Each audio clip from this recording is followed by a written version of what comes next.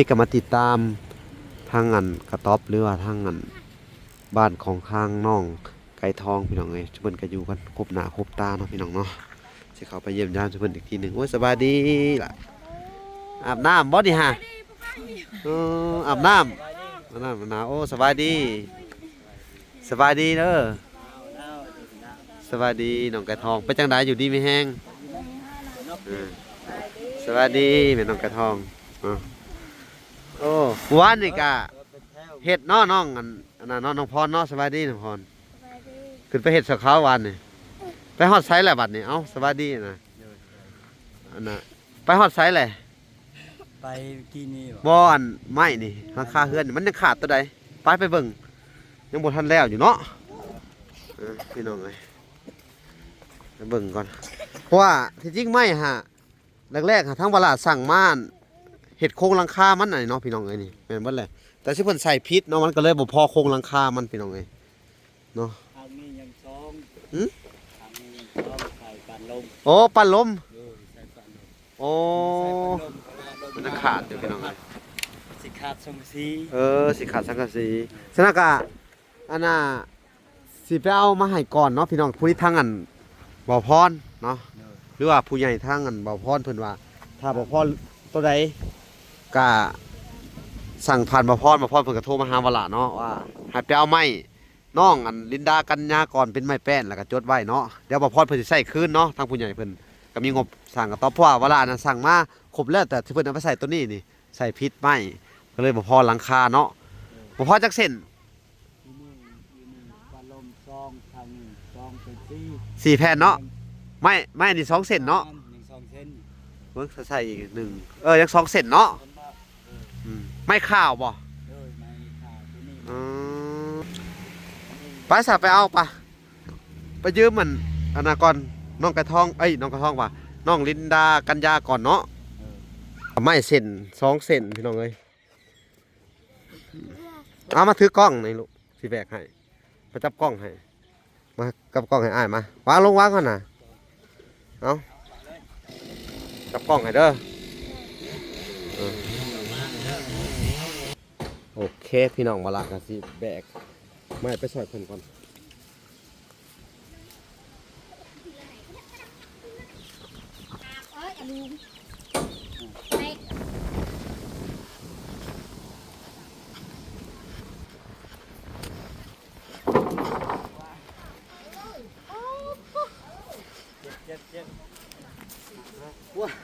ให้ดอก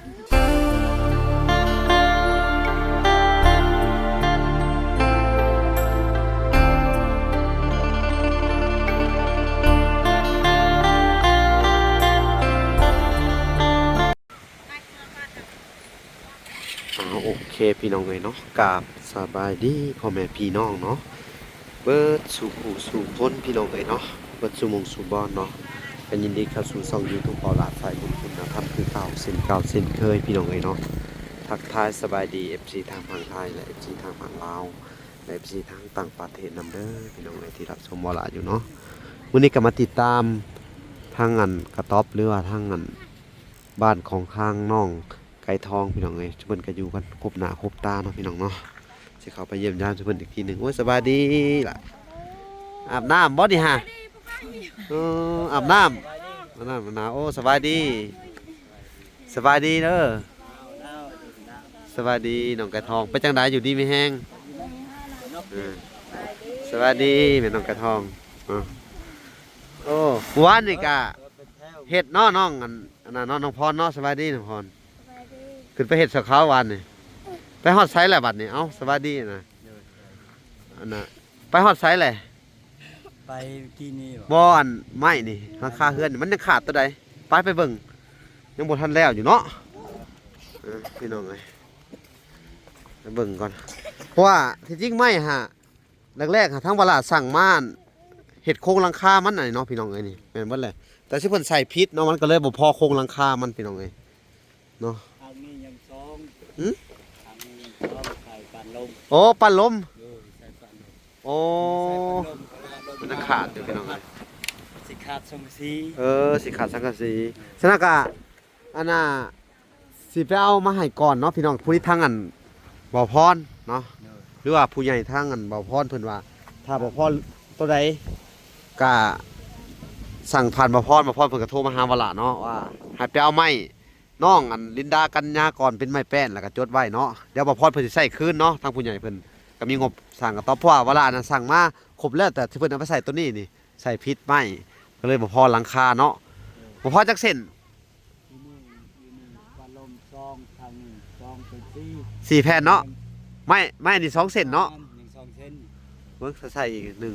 ยัง2เส้นเนาะ คนว่า ไม้ข้าวบ่ โดยไม้ข่าวที่นี่ ไม้ข้าว ใส่ตะปูเนี่ย ไปสาไปเอาปะไปยืมมันอนาก่อนน้องกระทองน้องกระทองว่ะน้องลินดากัญญาก่อนเนาะสิพาพาไปเอาเด้อเพราะว่าทางว่าพรเพิ่นมาเพิ่นก็สิสั่งมาแทนทางน้องลินดากัญญาเนาะทางวลากันยังสิสั่งมาแทนเพิ่นเนาะให้เพิ่นจดรายละเอียดมาเนาะเอาไปเอาผ้าไปเอามาเฮ็ดยันมันฝนตกจะหน่อยแย่ได้เนาะเดี๋ยวสิพาเพิ่นไปเอาก่อนพี่น้องเอ้ย บ้าบ้านเจ็บนะ ไปแบกออกมาก่อนแป้น4แผ่นเนาะแป้น4แผ่น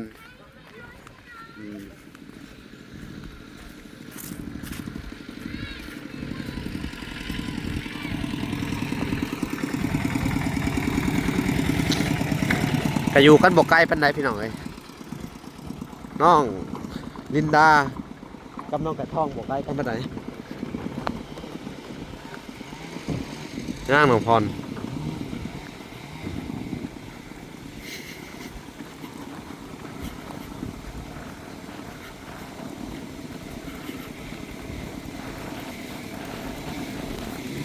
กับประมาณ40 เมตรนี่แหละพี่น้องบ้านเฮือนจะเหมือนติดกัน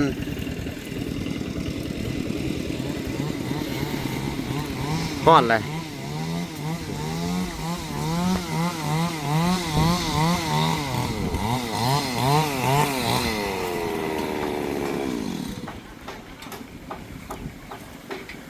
มาท่านนี่เพิ่นกำลังสร้างเฮือนคือกันพี่น้องเลยเป็นต่อเติมอะไรออกมาเนี่ยพี่น้องเนาะยังเหลือข้างเดียวนี่แหละเนาะสบายดีลุง สบายดี ต่อเติมตัวนี้เนาะ โดย ออกมาอีกแล้วนึงโอ้สิได้ไม้8 เส้นตัวนี้เนาะ โดย ให้เพิ่น ปฏิบัติคือ โอเคต่อเติมถาดเดี๋ยวสิมาเอาไม้น้องลินดากัญญาก่อนมายืมก่อนจัก4 แผ่นเด้อไปแป้น4 แผ่นแล้วก็ไม้เส้น2 เส้นไปมาเอาเดี๋ยวบอกพรมาสิสั่งคืนเอามาให้น้องพี่น้องนี่ เจ้าตาเจ้าเรียก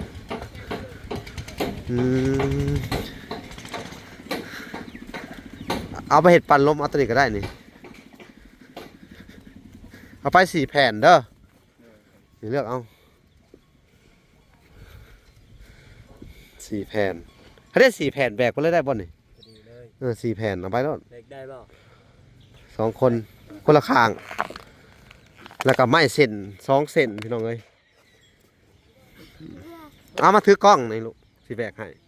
มาจับกล้องให้มากับกล้องให้อ้ายมาวางลงวางก่อนนะเอาจับกล้องให้เด้อโอเคพี่น้องมาละกันสิแบกไม่ไปสอยเพิ่นก่อน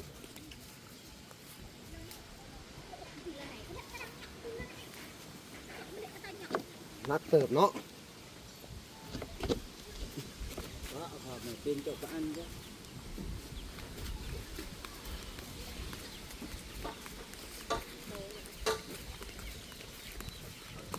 ว่าจะไม่ว่างเอ้ยอลูเด็กเอ้ย ตะปูเถอะ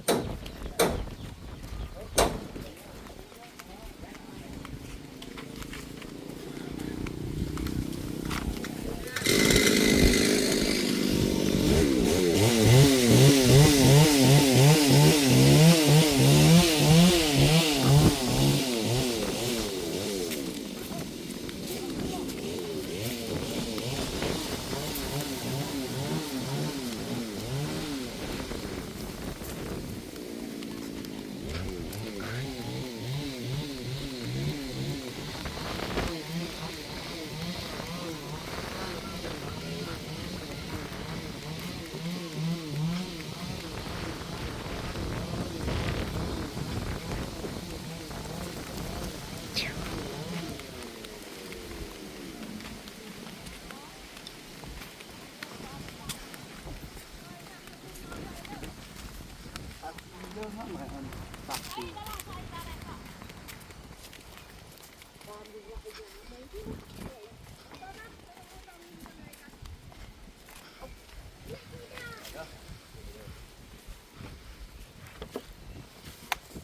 ลี้ยงไม้อีก2เส้นเนาะ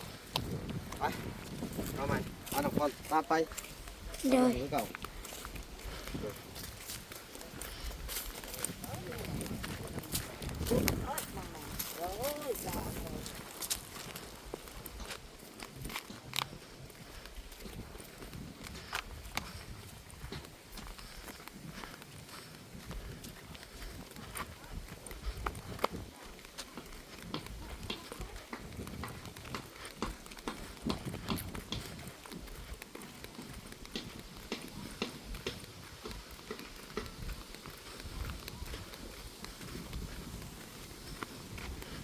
ตามมา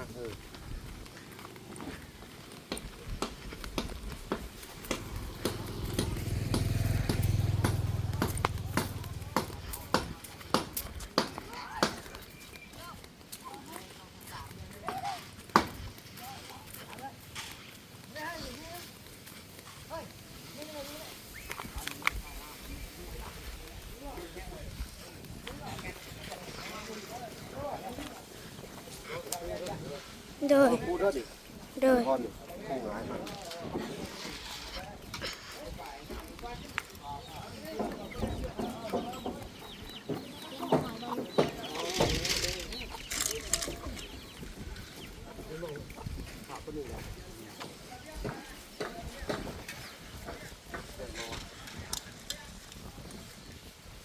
แม่นแหละต้นนี้แหละของเก่งไปเลย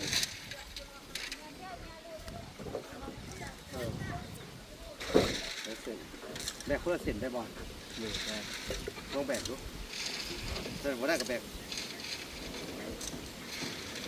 จะลองแบกดูผมแบกเพื่อเส้นได้ครับแล้วคนละเส้นเลยค่อยจะนักเนาะ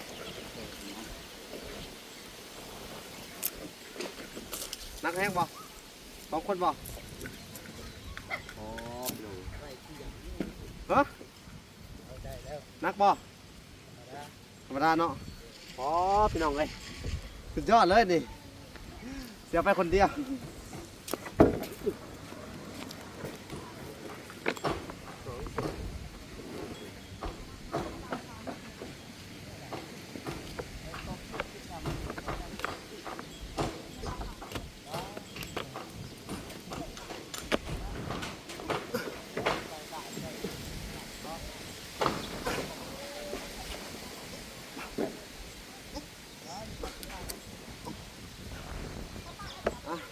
ไปบัดนี้ระวังเด้อ โดย ระวังหัวเด้อ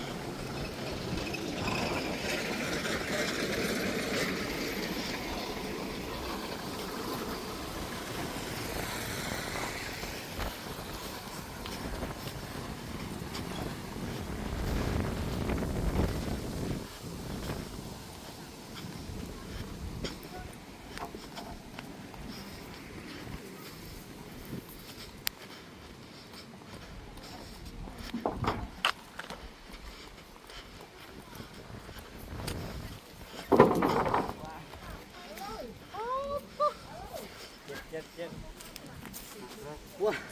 ให้ดอกหน่อย ปวดบ่าแห้งแล้วพี่น้องเอ้ยเกือบตายอ้าโธ่ยอมเอาโอเคพี่น้องเดี๋ยวสิถ่ายเพิ่นเฮ็ดเวียกต่อเนาะอ้าโธ่พี่น้องเอ้ยเกือบบ่รอด ไม่มันยาวมันนักพี่น้องเอ้ยโอ้ทั้งน้องๆเพิ่นสิพักก็ไปใช้น่ะพี่น้องเออ เขา โอ้ภาษีเขาโอ้เอื้อย เอื้อยนั่นเป็นน้อง อ๋อ เราค่อยเอาอยู่บ้านนาประสู โอ้น้องเจ้า โดย เอาพัวอยู่หน้าประตูอะเนาะเพิ่นมาเยี่ยมแม่เนาะอ๋อเพิ่นเอาข้าวมาให้บ่ โดย เพิ่นเอาข้าวมาให้กินน้ำเนาะลูกสาวเพิ่นไปสู่พัวอยู่บ้านน้าประตูพี่น้องที่ว่าบาลาไปซอยเรือทางน้องตุ้ยบ้านน้องตุ้ยเนาะเพิ่นก็มาเยี่ยมมายามเนาะอ๋อถือข้าวมาพร้อมเลยเพิ่นสิมาซอยเฮ็ดเฮือนบ่มื้อนี้ ยังบ่ฮู้อยู่ ยังบ่ฮู้ ดังนั้นคือ ยันว่าเพิ่นมาซอยเฮ็ดกระต้อมเนาะเด้ทั้งสั่งไม้เพิ่นก็มาเลย นี่พี่น้องเลยอ่ะก็มีแต่ว่าสร้างมาแล้วก็ให้เพิ่นลงมือเด้อพักก็เฮ็ดเลยนี่ปั่นลมกะ สร้างมาค่อยเฮ็ดก็เป็น สร้างว่าไปเอาไปเบิ่งไม้ฮะก็พอเจ้าเนาะก็มีแต่ว่าเจ้าหน่อยออกไปตามหาเพิ่นนี่เด้อให้เพิ่นพามาเฮ็ดเด้อคือสิแล้วอยู่ดอกมื้อนี้มุงเนาะแอมเป็นหยังล่ะก็พาถอกพาแถบนี่ลื้อออกไปโลดเอาขึ้นไปแอมอยู่เทิงผู้ขึ้นไปนอนเทิงผู้มื้อแรงเด้อ แล้วใช้เครื่องซีแล้วก็ต่อแคบเลย เนาะใส่สังกะสีอิหยังมันแล้วก็ต่อแทกเลยแม่นแหละเนาะพี่น้องเอ้ยกะยังเหลือแต่นี่แหละปั้นล้มนี่แหละใส่เข้าไปแล้วก็สิได้มุงหลังคาเลยพี่น้องเนาะแต่ว่าสังกะสีนี่อันน่ะงบของเวลานี่สิเอาตุนไว้ใส่สังกะสีเนาะที่ว่างบทางอันเอื้อยอ้ายจากทางอเมริกาพี่น้องเอ้ยย่านพระแถบนี่มันก็ย่านบ่พอเพอต้องขันห้องเนาะแต่ว่าในใจข่อยคือเขาว่าแล้วอยากเอาออกมานี่ให้มันได้4ห้องแล้วให้ทางเดินทางกลาง ตัวนี้ออกก็ได้ที นี่ออกมานี่มันมุงชุดอยู่แล้วนี่หรือว่าแนวใด มาออกเลย บ่ให้ต่อออกมาเลยแล้วก็ใส่เสาขึ้นมาอีกนี่มันจะดีกว่าเขาว่าแต่พอเจ้าว่าจะเกาะมาข้างนอกก็แล้วแต่เนาะเอาที่สบายใจเจ้าเฮ็ดได้แบบใดก็เอาแบบนั้นเนาะเฮาก็มีแต่ว่ากำกับเรื่องหลังคาเนาะให้มันแล้วเนาะยันฝนตกฝนหยังเนาะพี่น้องช่วงนี้มันหน้าแล้งอยู่ก็จริงแต่ว่าบางเทื่อฝนมันก็ตกบางเทื่อมันก็บ่ตกคือว่าสิแหละเพราะว่าพายุลมมาสิแหละมันขึ้นมาพร้อมฝนก็มีถ้ามื้อใดมันร้อนฝนอยากตกโลดได้เนาะนี่แต่ว่าเฮ็ดแล้วเด้อสังกะสีนี่เดี๋ยวเขาสิซื้อมาเพิ่มอยู่แล้วน่าจะประมาณ 4-5 แผ่นพุ่นแหละสุเจ้าบ่พอดอกเนาะได้ซื้อลบหลังคาให้น้ำแหน่วางงบของทางเอื้อยอ้ายเพิ่นก็เฮาตุนไว้ในส่วนนี้เนาะแต่ว่าเรื่องของอันซื้อไม้มาแทนน้องอันกัญญาลินดาพี่น้องเอ้ยเนาะกระทั่งผู้ใหญ่ทั้งอันบ่พรเพิ่นอันน่ะให้ไปเอาก่อนตัวใดมันบ่พอกันเนาะจังได๋ก็สู้ๆไปก่อนเด้อสู้ๆเนาะทางว่าล่ะก็ขอบคุญขอบคุณเด้อทางอันผู้ใหญ่บ่พรเนาะผู้ที่เบิ่งคลิปบ่หลาอยู่เนาะขอบคุณแล้วก็ขอบใจทางบ่พรเพิ่นเนาะที่ว่าโทรมาปรึกษาแล้วก็อันน่ะช่วยเหลือทางครอบครัวนี่เนาะให้ความร่วมมือเนาะทางทีมงานเฮาเองพี่น้องเอ้ยเนาะก็ขอบคุณผู้ใหญ่ทุกท่านอีกครั้งหนึงเนาะที่ช่วยเบิ่งคลิปและบอกคำโฆษณาก็ยินดีเนาะดีใจพี่น้องเอ้ยเนาะทางเวลาก็พอได้นี่แหละพี่น้องได้ช่วยเหลือสังคมต่อไปอีกพี่น้องมีกำลังใจพี่น้องเอ้ยช่วยกันเบิ่งคลิปเด้อบอกคำโฆษณาพี่น้องเอ้ยเนาะให้มีรายได้เล็กๆน้อยๆเนาะพอได้ช่วยเหลือสังคมต่อไปขาน้ำมูกน้ำมันขาอยู่ขากินพี่น้องเอ้ยเนาะเฮาก็สิได้ช่วยซุมื้อไปเรื่อยๆนี่แหละทางเวลาก็นักบุญต้นทุนชาวบ้านพี่น้องเอ้ยขอโทษขออภัยนำเนาะก็ถือว่าเฮาเฮ็ดสำที่เฮาเฮ็ดได้เนาะเฮาเฮ็ดเกินกำลังมันก็บ่ได้พี่น้องเอ้ยต้องขอโทษขออภัยนำเนาะต่อไปก็มีแต่สิให้เพิ่นเฮ็ดมุงหลังคาแหละเป็นจังไดมันได้อยู่บ่ ได้ งามเลยเนาะ งาม โดย ได้เป็นอันน่ะเพิ่นน่ะปั้นลมบ่ปั้นลมเนาะมันก็สิแบบเวลาลมพัดมันสิบ่ตีสังกะสีเนาะมันเขาตอกแลบเขาแล้วต้นนี้มันสิปั้นลมไว้เนาะ